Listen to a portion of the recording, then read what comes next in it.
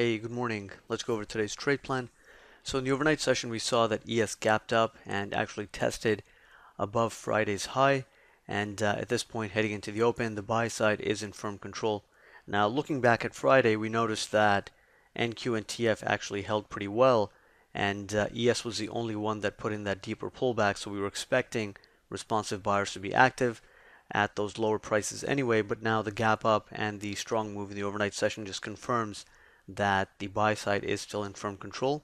So at this point, heading into the open, we have pre-market support at 09.5 to 11.5, and ideally, buyers actually hold ES above 09.5 to 11.5, and from there, holding above 13 quarter, the naked VPOC would just confirm the upside strength.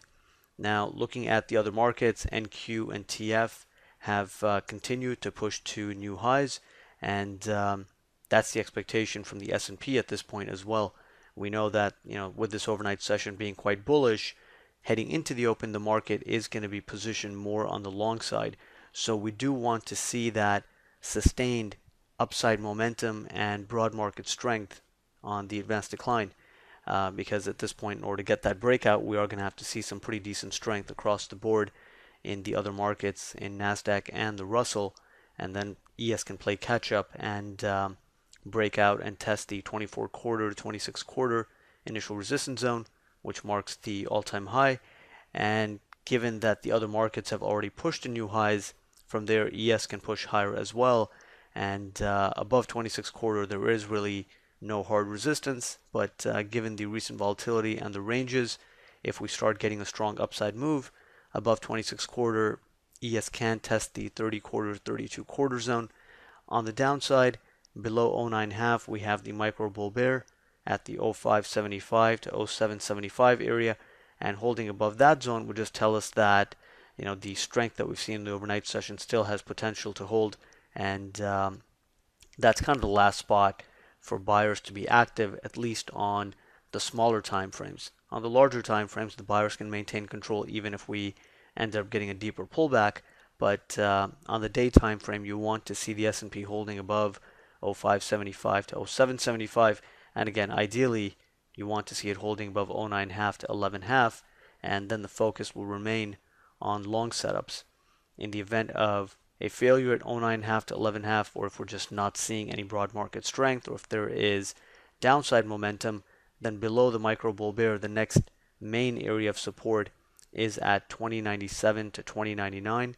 That would also mark the gap fill and Friday's low, and that's still a spot where buyers can be active on first test. But of course, at that point, we will have to be a little bit more cautious because all the strength that we saw in the overnight session would have completely been erased by the time the market even got there.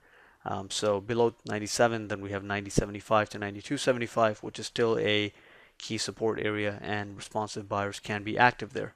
But the focus this morning is really more on the upside scenario. The downside scenario would only come into play if we saw some very clear-cut signs that buyers were simply not present in the market. And if we started seeing downside momentum, the NYC tick holding below zero, advanced decline line showing some weakness and trending lower, the other markets putting in a failure, that kind of thing. So by default, we're going to give more edge to the buyers. As day traders, of course, you have to be willing to flip your bias once the market shows you clear-cut signs.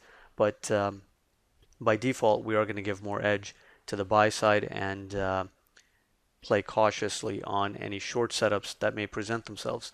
So the focus is going to remain on long setups off of pre-market support and even at higher prices, because if the other markets continue to hold and ES is setting up for a breakout, then it doesn't mean that you can't get involved even at the higher prices. But at that point, ideally you want to use some sort of smaller pattern to get on board, or some intraday support resistance, or if you're actually buying the breakout above 17 quarter, 19 quarter, then trade location is not really going to matter because that is a momentum setup, and from there you can push to the all-time high and potentially even higher. Above 26 quarter, there is no hard resistance, so at that point it's really just going to depend on the range potential of the day and the relative volume. If we're breaking out on strong volume, then we can go up to 30 quarter, 32 quarter, potentially even higher.